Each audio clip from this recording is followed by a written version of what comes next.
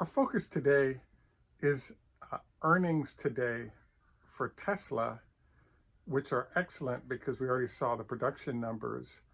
But the question mark is, how does the forecast impact the current stock? We're putting in a bull case of $1,400 a share by February 15th based on the inventory of news slated to come out.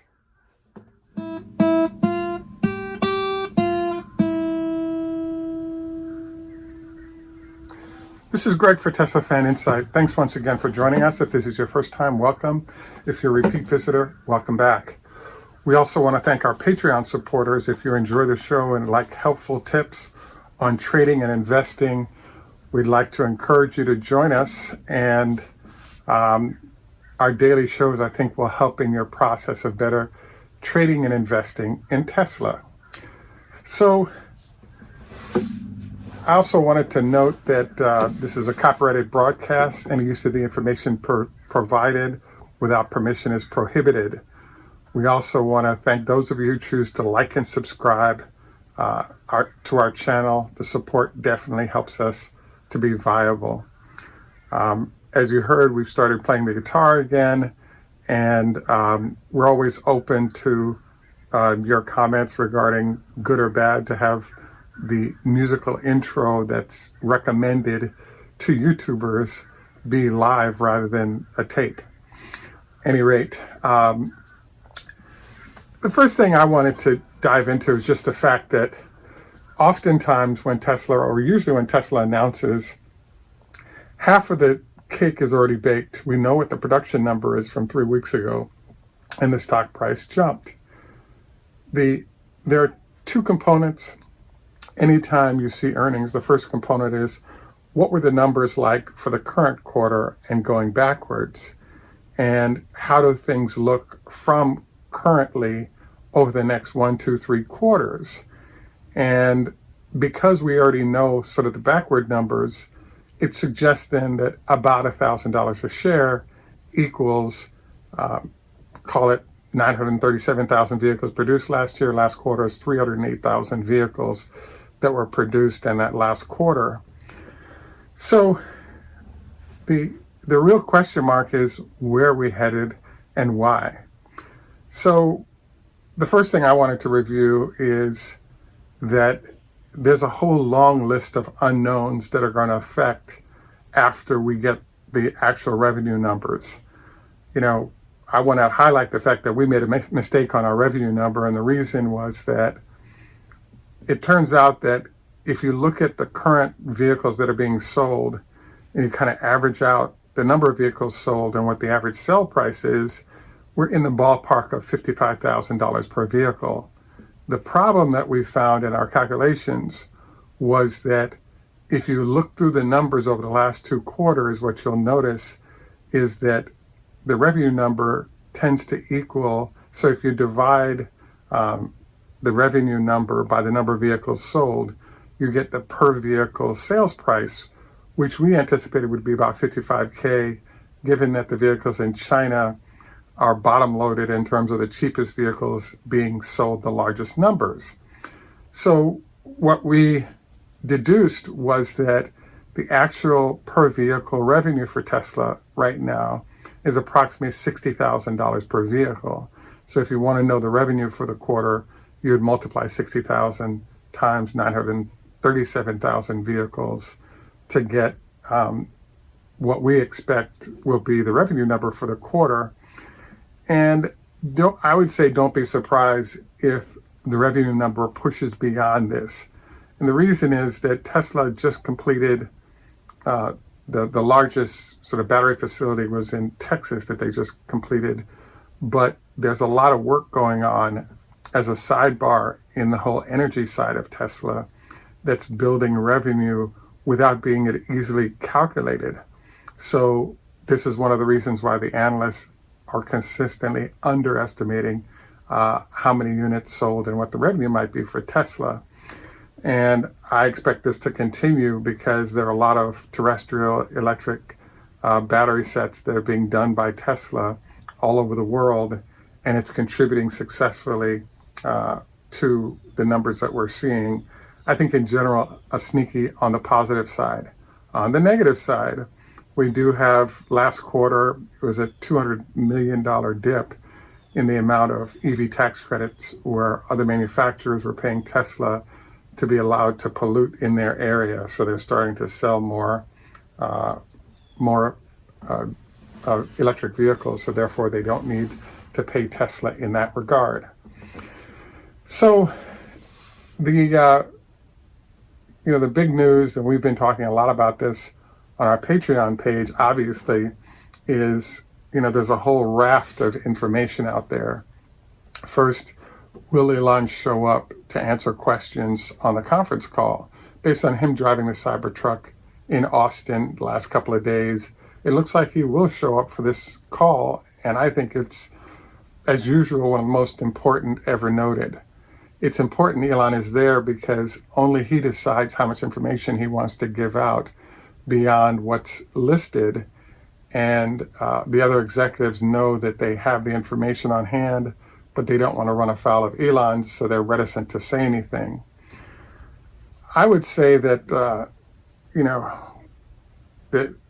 the unknown list is longer than the known list for this quarter. Number one, what's up with the Cybertruck? Is it done? When will it start production? Unknown. The official announcement has been not until next year.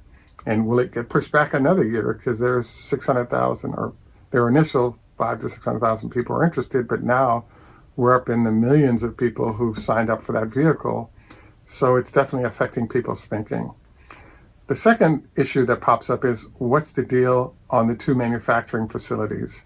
Will Austin open anytime soon? Same thing for the folks in Germany. The next question on that is, once they do start production, what are we going to see in terms of numbers? Now, it's my belief, when you look around at the other production facilities for Tesla, you're talking, somewhere like almost 2,000 vehicles, up to 3,000 vehicles a day being produced. I believe that there is a 500 to 1,000 vehicle a day production volume needed to get to break even on those facilities. So raw numbers that we're expecting from both facilities, and I guess you could extrapolate for the whole year, would be theoretically, 1,000 vehicles a day times 5 days a week, 5,000 vehicles times 52 weeks is the neighborhood that we think each factory is capable of. So, as a basic break-even level, we're thinking somewhere in the, 300,000 to 500,000 vehicle zone should be possible because of how carefully they've been in terms of building out the production lines, reducing the number of components that have to be put together with the castings that they're doing. All these different things are designed to basically cut the time to production to a minimal number, increasing your ability to generate large production fairly quickly. Another question that's out there is, what's the deal with the new 4680 battery? Is there enough production to meet Austin's need / Germany's need until they do start producing their own? What's the deal in terms of slowdown production potentially because there's a chip shortage? As Elon pointed out, he was able to continue production because they actually rewrote code in order to move away from chips that were in short supply. Now, so, basically the answer that's coming up is we got more questions than answers.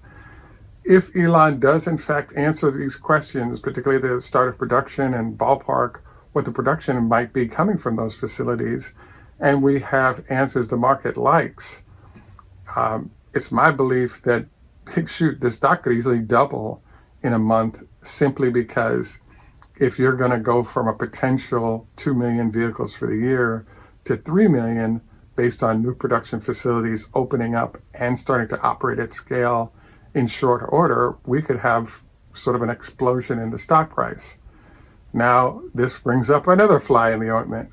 What are we going to do about what's happening with the markets? There's an inflation problem happening.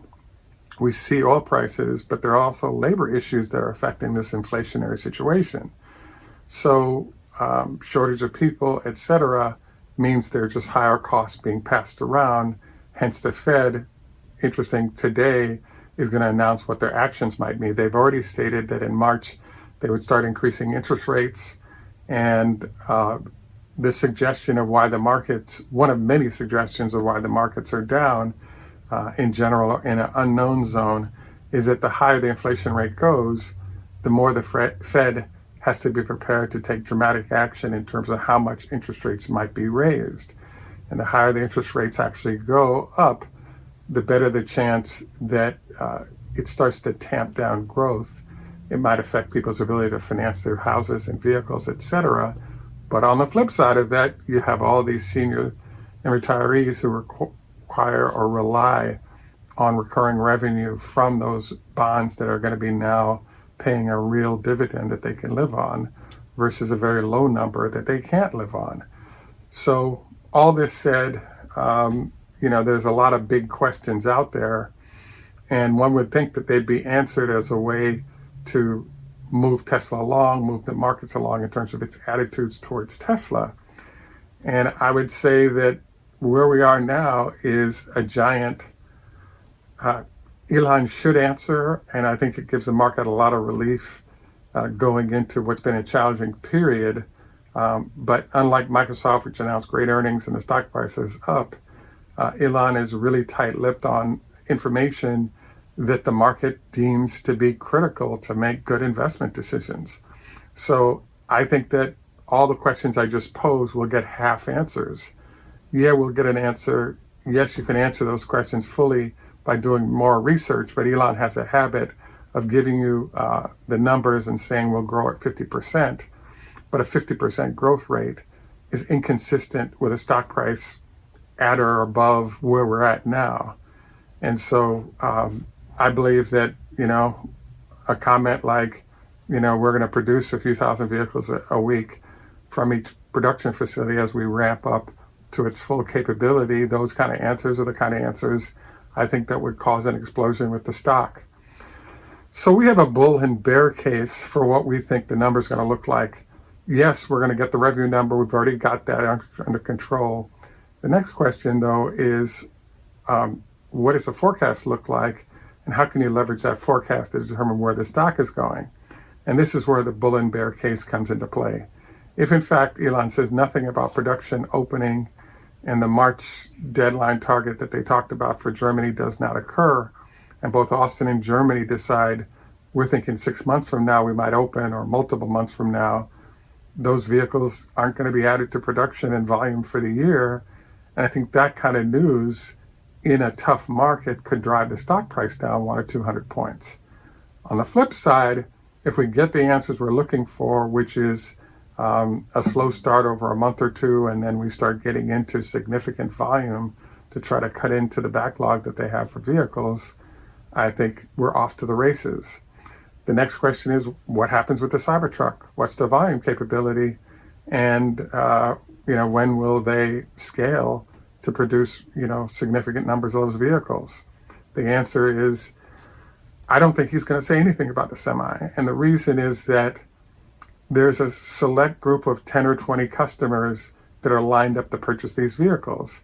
They're all distributors, primarily they're distributors like a Walmart or PepsiCo, etc., where it's a closed information loop. So Tesla would prefer to not share as much information as possible. That way they don't have issues, over-promising, under-delivering, as Elon prefers.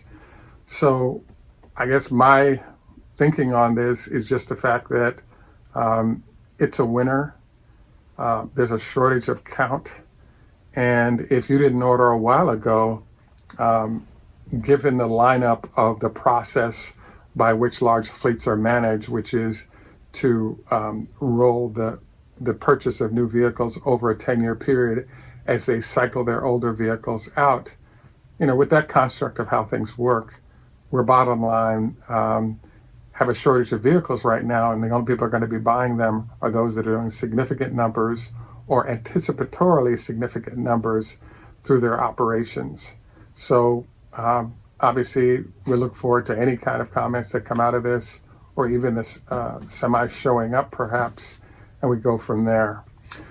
So the answer we're coming up with is if Elon answers the questions, we're at $1,400, $1,500 a share easily in the next couple of weeks.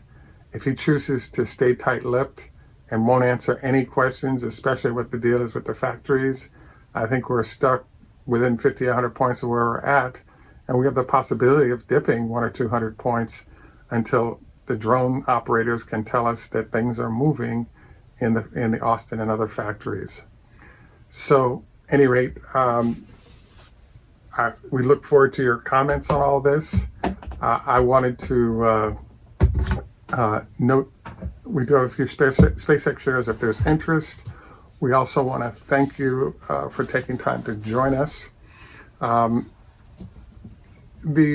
next is our health tips. The main sort of our health tips sort of deviate slightly today because one of the things that I have some expertise on is cybersecurity. And it turns out that if you have a password without repeating the numbers, your minimum count for your password should be 14 letters or numbers or whatever you want to put out there, and you don't want to repeat any. And the reason is that even with the highest speed computers now, the amount of time it would take to break that is a really long time, and therefore it's useful to do that. And 1, 2, 3, 4, 5, 6, 7, 8, all that stuff, do not do that because it's too easy for people to guess those passwords. So pick something you can remember, but maybe a combination of names or something like that might not be a bad idea. Throw in a couple of numbers or symbols there if you can, but do not, just do something basic and get hacked. Any rate, my favorite health tips is one I often talk about is prior to lovemaking. Don't forget no more than a salad as a way to minimize blood flow to your stomach, increasing it to other extremities. And then we have another group of health tips below that I think you might find useful. This is Greg for Teslafaninsight.